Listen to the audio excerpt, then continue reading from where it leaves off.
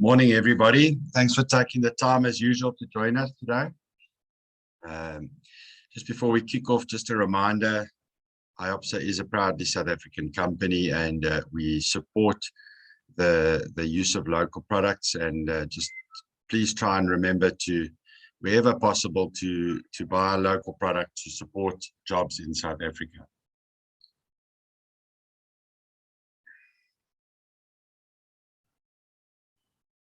Right, today's topic is just some feedback on a recent report which was released by Stats SA. Just to note that this report relates to statistics pre-COVID, so in other words, before the outbreak of COVID in South Africa. So this represents the large sample survey which was done on the SARS database for VAT-registered businesses, and it relates to the 2 years leading up to the 30th of June 2020. The last of these kind of surveys was conducted in 2017, and if you want to have a look at that one, the report number is there for you. So as I said, it covers the construction industry, and enterprises or businesses that are registered for VAT. So what that means is it's really looking at the formal sector. So it doesn't cover the informal sector at all, really. It's those that are registered for VAT. And those businesses, when we're talking about plumbing, those businesses that are registered under the SIC code 5031. And maybe it's a good idea for you guys to have a look with your accountants and your auditors, and just to check that you are registered under that SIC code, so that your data in future will reflect correctly, because what we've seen is quite a number of plumbing businesses that are registered under the incorrect SIC code. This is based on activities within South Africa. So if there are businesses that operate outside of the borders of South Africa, and we know there are quite a few plumbing companies that do operate outside the borders of South Africa, those figures are excluded, and it really just relates to activities within South Africa.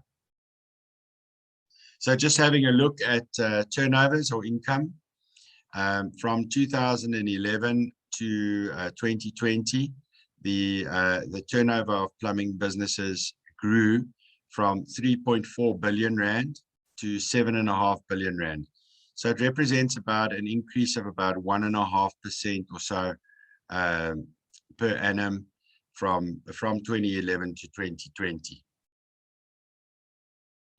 Looking at the ratio of employees as far as gender is concerned, 88% were male and 12% were female. Now, this represents particularly all employees.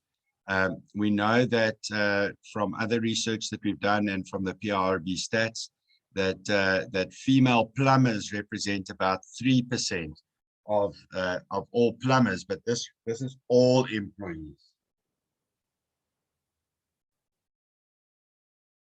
Sorry about that, guys. Then having a look at average salaries and wages. So salaries and wages increased from about 84,750 per annum to about 152,000. That's from 2011 to 2020. So if we're looking at 2020, that 152,000 was spread across roughly 18,000 employees, if you look at that red block there. And that represents an average salary across all employees of about 8,400 Rand per month. So, you know, obviously this is across all different salaries. So it's not relating specifically to plumbers per se, but all employees in plumbing businesses. Interesting fact here is that I thought was quite interesting, is we estimate that IOPSA members employ roughly about 15,000 staff in total. So it's very interesting for me to look at this and consider the fact that if IOPSA members also are generally the formal businesses, that we probably represent by far the majority of formal VAT registered businesses. If those figures kind of make sense, so out of 18,000 employees, roughly 15,000 sit within the IOPSA stable. So quite an impressive stat, if I do say so myself. Just having a look at the construction industry. If you look there from 2011 to 2016, there was this is the construction sector broadly, not just plumbing. The construction sector did quite well there from 2011 to 2016. And then we went through some really difficult times.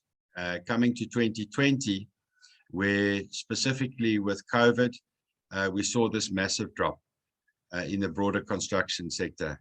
And then a slight recovery in 2021, but still very difficult times for our industry from 2017 to 2021. If I just jump back quickly a couple of slides and you compare this slide to the slide I've just shown, it's very interesting to see that although the construction industry has performed quite badly over a lot of this period, that the plumbing industry is actually quite consistent.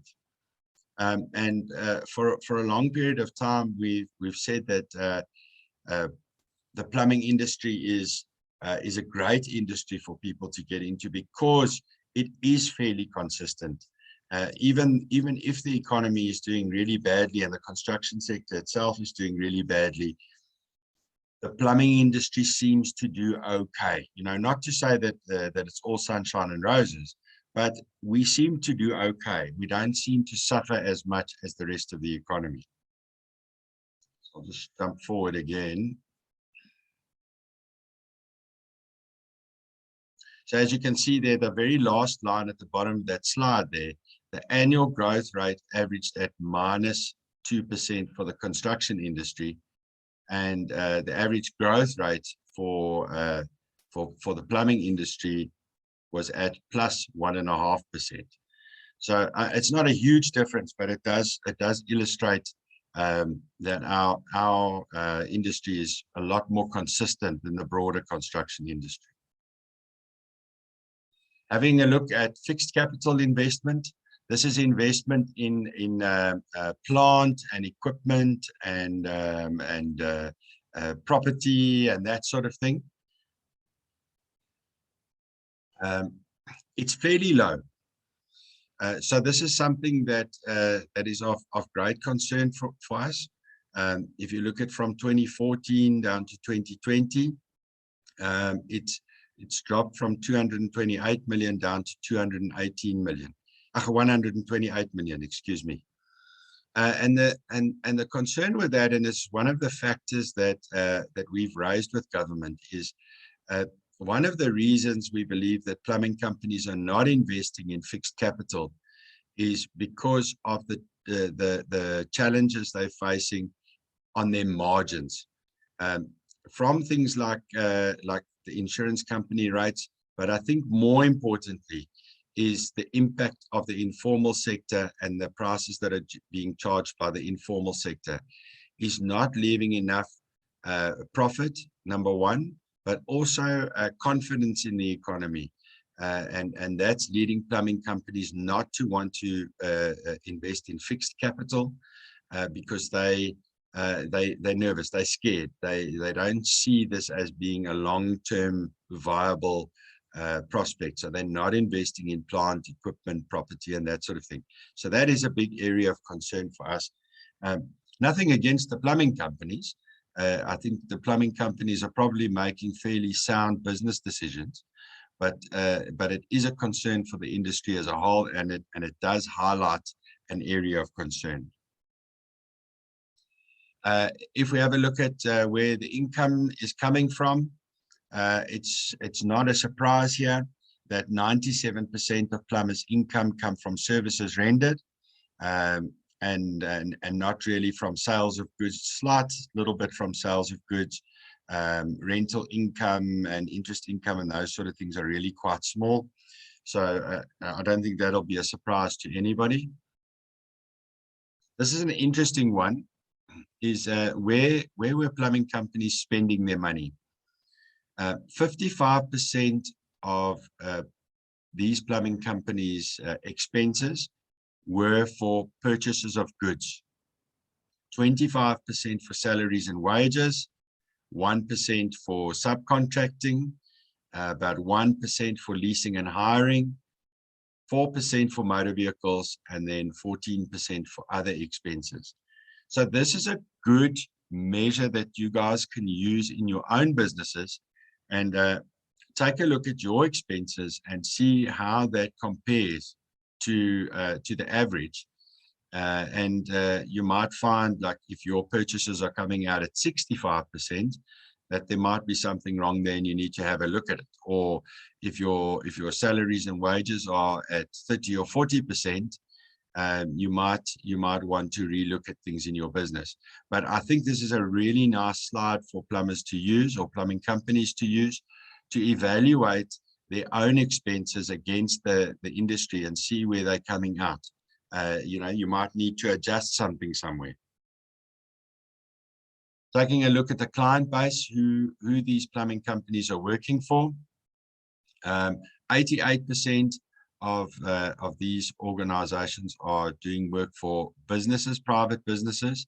That does include parastatals, but private businesses in the main. 11% for individuals, so individual homeowners, and only 1% for government. This is something that's come up before in some of the surveys that we've done, where we have seen that in the main, IOPSA members actively avoid doing business for government. And I think this has got a lot to do with issues of payment, the difficulty in tendering, the cost of tendering, the corruption, all that sort of thing that goes on with government-based business. But for me, it was very interesting to see that the majority of the formal sector is working for businesses. And I think what happens here is that businesses are looking to do business with the formal sector. So they want you to have a tax clearance, they want you to have a BE certificate, they want you to be VAT registered, properly formulated business, etc., etc. Whereas individual homeowners seem less concerned with that. And I think that's where the informal sector really is having the big impact on our industry, is with individual homeowners, where they are making use of the services of these informal, probably unqualified so-called plumbers. So it gives us a good idea that actually the businesses that plumbing companies do business with, the sort of corporate businesses, are assisting our industry in a way, because they're not making use of the services of the informal sector as much as individual homeowners. Well, that's advice from me. It's probably the shortest one I've ever done, coming in at 13, 14 minutes. I know that was a bit short, and I hope that it was of some use to you. Thank you, everybody, for your attendance. I hope you have a great week.